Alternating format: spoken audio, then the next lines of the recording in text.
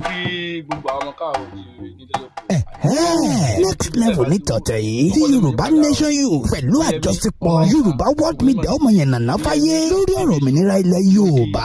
Ẹ gbọ́ kí ló yẹ á ṣe, ọ̀nà wo ló yẹ á gbà, àti wípé ìgbésẹ̀ wo gan ló yẹ á gbé tó ràn wá lọ́wọ́ nílẹ̀ Yorùbá lórí ètò ààbò, ètò ọrọ̀ ajé, ọrọ̀ àṣà àtọ̀rọ̀ òmìnira lápapọ̀ fún gbogbo ìran aládé. Ẹ já pàdé lọ́jọ́ àbámẹ́ta ọjọ́ 14 oṣù kejìlá déédéé aago 3 ọ̀sán Yorùbá Nation Style lábẹ́ àkóso bàbá wa Emeritus ọ̀jọ̀gbọ́n Bánjí Akíntóyè àtolóyè Mọ́jàsọ́lá Ìgbòho Òòṣà lórí ìtàkùn ayélujára Zoom pẹ̀lú meeting ID 827-041-3061. tí wọ́n dúró tán tí wọ́n wá ìtúsílẹ̀ ilẹ̀ káàrọ̀ oòjíire látòrí bàbá mi Emeritus Fọdọ Bánjí Akíntóyè. Bàbá ẹ̀mí yóò gùn o, a ò yín pẹ́ o, àníwá ìtì láàrin wa o. Látòrí bàbá mi Sunday Adéníyì Adéyẹmọ Ìgbòho Òòṣà o, bàbá dámì, bàbá mo kí yín o, a ò yín pẹ́ o, a ò ní wáyé tì báyìí o. Ẹ̀mí yóò gùn lágbára Elédùmarè, ẹ̀rí náà lẹ́gbẹ̀ẹ́ adélẹ̀ lè rí. Ẹ̀mí tó bẹ̀rẹ̀ sọ́ọ̀gù náà ni ó gbé wa délẹ̀ lè rí láṣẹ Èdùmàrè. Mo wá kí gbogbo àwọn akẹgbẹ́ mi àtàwọn ọ̀gá mi nínú sọ̀rọ̀sọ̀rọ̀ látòrí Yorùbá World Media, látòrí YDM àti gbogbo àwọn tó kù tí wọ́n jẹ́ sọ̀rọ̀sọ̀rọ̀ tí wọ́n ń fi ohùn sọ̀rọ̀ sórí afẹ́fẹ́ fún ìran káàrọ̀ oòjíire láì jẹ́ kí a kò lóko ẹrú. Mo kí yín o, Elédùmarè kò ní gbóhùn lẹ́nu yín o, Elédùmarè kò ní gbóhùn lẹ́nu yín o.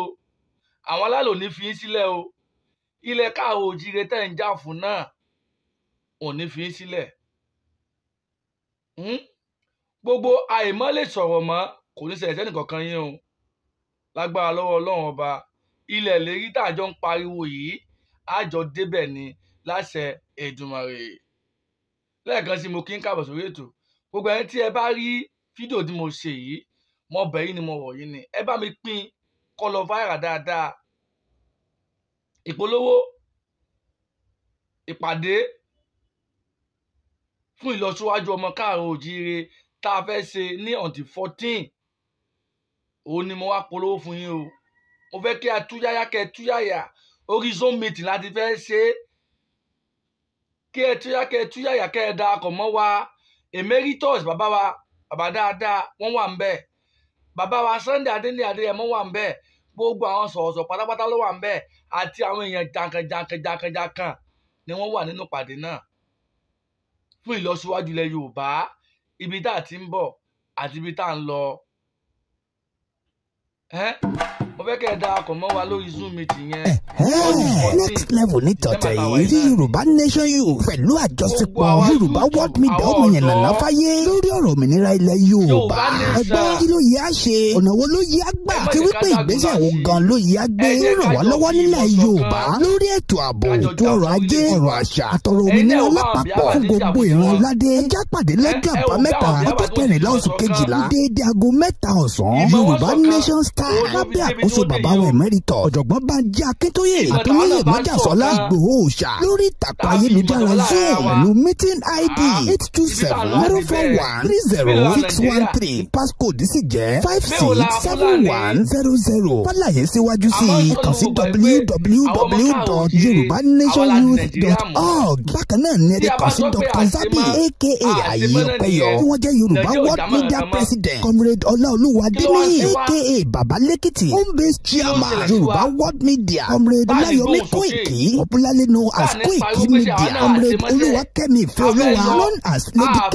Bákan náà ni ẹ lè kàn sí àwọn coordinator Yorùbá Nation Youth lágbègbè yín bẹ̀rẹ̀ látòrí Comrade Emmanuel Àkàlàmọ̀gbò TV tí wọ́n jẹ́ Spain coordinator, Comrade Kéde Lawal Spain coordinator 2, Comrade Fásẹ̀mí Táíwò Kíkọ́lọ́mọ Kuwait coordinator, Comrade Ilé-Sanmí Fọlọ́wọ́ Germany coordinator, Comrade Káyọ̀dé Àjàó Adékọ́lá Greece coordinator, Comrade Ọládèjì Kabir Benin Republic coordinator, Comrade Asake Ade TV Roko assistance coordinator, Comrade Adébáyé Kìkíọlá Emmanuel Italy coordinator, Honorable Taofeek Ọlárẹ̀wájú Àjàó Egypt chapter coordinator, Comrade George Ọlátúndé Dáṣọ Ghana coordinator, Comrade Táíwò Ọpẹ́yẹmí Germany coordinator 2, Comrade Adémọ́lá Isaac Ṣóbùkọ́lá South Africa coordinator, Comrade Comfort Délé Island coordinator, Comrade Bádéjọ Abiodun Ismail, Morocco coordinator, Comrade Abiodun Salau, Canada coordinator, Honorable John Abidemi Akínṣẹ́tẹ̀, Mauritania coordinator, Comrade Olúfisáyọ̀ Olúyẹmí Ògúnṣèyítán, Libya coordinator, Comrade Táíwò Ọládìran Ọládipúpọ̀, Àtá coordinator, Comrade Johnson Ọlọ́runpọ̀ Philip, Mexico coordinator, Comrade Gbọ́lá Adé, UK coordinator, Comrade Noah Sanusi, USA coordinator. Fún àǹfààní àwọn èèyàn wa nílé, kàn sí Comrade Suleiman Akeem, Lagos state coordinator, Comrade Digun Ọláníyì JP, Ọ̀yọ́ state coordinator, Comrade Badmus Bọ́lájí Abíọ́dún, Ògùn state coordinator, Comrade Ìbílẹ̀kẹ̀ Olúfẹ́mi, Kogi state coordinator, Comrade Imran Abdul Fatai Adeleke, Kwara state coordinator, Comrade Adéwálé Abídèmí Saheed, Ọ̀ṣun state coordinator, Comrade Àlùkò Ismaila Ọlárẹ̀wájú, Èkìtì state coordinator, Comrade Fẹ́mi Tọ́pẹ́ Bọ́lọ́fìdé, Ondo state coordinator. Kí gbogbo ìbéèrè tó ń tàlàyé àti àmọ̀ràn síwájú wọ́n lọ tààrà sórí ẹ̀rọ ìbánisọ̀rọ̀ Comrade Adéníyì known as Ọmọborí Owó Media, tí wọ́n jẹ́ assistant national youth leader in all diaspora àti United Arab Emirates chapter coordinator lórí +971-503-430-843 àbí engineer Lamid aka Yaboyaju technical director Yorùbá Nation Youth lórí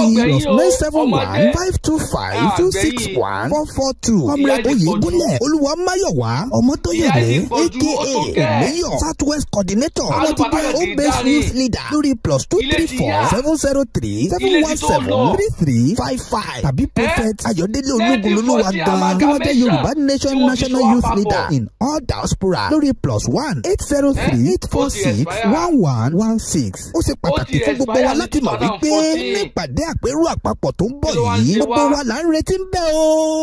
Olùkéde Prophet Ayọ̀délé Olúgunlolúwa lórúkọ ọ̀dọ́ Yorùbá pátápátá. Wá Nàìjíríà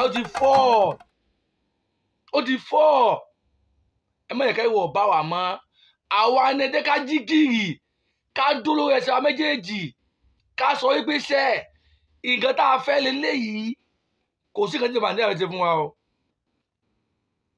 torí pé self determination ẹ̀tọ́ wa ni right wa ni a ní right fún self determination ní ọkàn bàbá wa emeritus Professor Banji Akíntóyè lọ́kàn wọn fi balẹ̀ wípé sẹ́ kọ́ọ̀sì tá à ń jà fún yìí ẹ̀tọ́ wa ni ẹ má jẹ́ ká bẹ̀rù ó wà lábẹ́ United Nations chapter lọ́fà táwọn ìjọba Nàìjíríà gan wọn gan kò sí nǹkan tó fẹ́ fi wá ṣe àwa ni ká má bẹ̀rù àwa ni ká má fòyà ẹ jẹ́ ká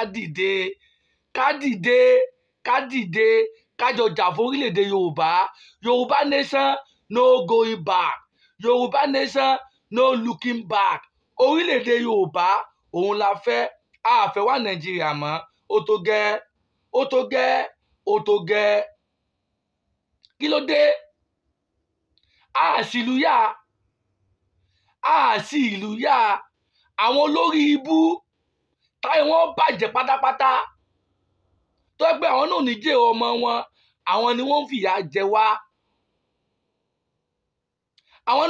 jẹ wá sọ wá dáa ká wá lajú wa sílẹ̀ báyìí títà lùkò tún kò wọ́ ẹ̀yin lè wo àdìgbà tó ti ń pawọ́ fún wa ẹ wo àtọ́jú tó ti ń pawọ́ fún wa táwọn bá débẹ̀ àwọn ò ṣèná fún wa táwọn bá débẹ̀ àwọn sọ̀nà fún wa táwọn bá débẹ̀ àwọn fún wa lómi tó jẹ́ wípé gbogbo ẹ̀ lórí irọ́ ni ṣé ọmọ Yorùbá ṣé ogun nǹkan táwọn ń pariwo táwọn ń rí ṣé kò tó jí ọpọlọ wa ni ọjọ́ la fẹ́ ṣe gbólé dáa òun là á fi sọ wípé ṣe àsìkò ti tó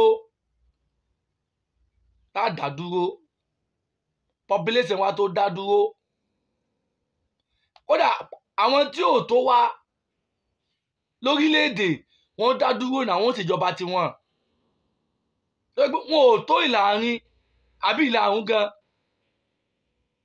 láà population tiwa wọn ò tó wọ́n dá dúró abẹ́ ìtàṣà àwa tó jẹ́ pé 17 billion population la ní kí ló wá ń bà wá lẹ́rù láti dá dúró ẹ̀yin bàbá wa ẹ̀yin mọ̀mọ́ wa ẹ̀yin ọba wa gbogbo ẹ̀yin olóyè wa gbogbo ẹ̀yin olówó wa ẹ má jẹ́ kẹ́rù ọba yín, ẹ má jẹ́ kẹ́rù ọba yín, ẹ má jẹ́ kẹ́rù ọba yín. Owó tẹ́ ẹ ní ẹ jẹ́ kájọ páwùrù ti sọ́ọ̀gù Yorùbá nation yìí. Ẹ̀yin ẹ̀rí báwọn Biafra ti ń ṣe tiwọn ní, ẹ̀rí báwọn Biafra ti ń ṣe tiwọn ní. Ẹ má yẹ káwa náà, ẹ má yẹ ká ronú bí ẹni tí ò ro àròjinlẹ̀. Ẹ jẹ́ ká ro àròjinlẹ̀. Gbogbo ẹni tẹ́ ẹ náwó lọ́wọ́, ẹ bá wa dáwó sínú ẹwà Ọ̀rànmíyàn fún sọ́ọ̀gù Yorùbá nation ni, kò sẹ́ni bọ̀ tó fẹ́ náwó yẹn. Ẹ bá wa dáwó sínú ẹwà Ọ̀rànmíyàn, ẹ bá wa dáwó síbẹ̀. Abẹ́yìn àròyìn ni o, ẹ má dákun láti sọ́ọ̀gù Yorùbá nation o. Gbogbo ẹ̀yin ọlọ́tẹ̀ tẹ́ ẹjọ́ ọmọ Yorùbá ọjọ́ kan máa lè níyìn. Ìdí tó bàjẹ́ òun lẹ dúró sí, ẹ lọ ṣe wá gbéjẹ́ mọ́wọ́. Tójú bá ti fọ́ tí ẹ bá rí na, àbí tẹ́ni bá ti di tó gbogbo nǹkan tá à ń sọ tí ẹ bá gbọ́, àbí nǹkan tí ṣẹlẹ̀ síwálẹ̀ Yorùbá tí ẹ bá rí. Tó jẹ́ pé ibi tẹ́ ẹ ti ń jẹ nìkan lẹ mọ̀, ẹ mọ̀ pé ìyà ń jẹ ọmọ Yorùbá, ẹ lọ ṣe wá gbéjẹ́ mọ́wọ́. Tí ẹ bá ṣe wá gbéjẹ́ mọ́wọ́, ilẹ̀ káàrọ̀ òjíire ni ó gbé yín dé, òun ni ó gbé yín gbìn. Kí ló dé? Kí ló dé ń ṣe báyìí? Ojú yín ò fọ́, bẹ́ẹ̀ ni ti yín ò di. Ẹ̀yin náà wo àrà táwọn Fúlàní fi wá dá nílẹ̀ bàbá wa. Ọmọ onílù ò lè ṣe ọmọ onílù mọ́, àjòjì wa ń gba lé lọ́wọ́ ọmọ onílù. Ṣó yẹ kó rí bẹ́ẹ̀ ni? Ṣó yẹ kó rí bẹ́ẹ̀? Jọ́ngù méjì tá a fẹ́ ṣe lónìí 14.